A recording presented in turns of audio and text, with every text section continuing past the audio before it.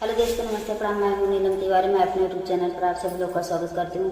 आप लोग के बीच में एक विवाह में गाए जाने चढ़ने गीत है दोस्तों, और बहुत ही सुंदर, बहुत ही प्यारा गीत है। आप लोग को जैसा लगेगा कमेंट बॉक्स में बताइएगा दोस्तों। अब वीडियो को पूरा सुनना तभी पता चलेगा गाना कैसा है।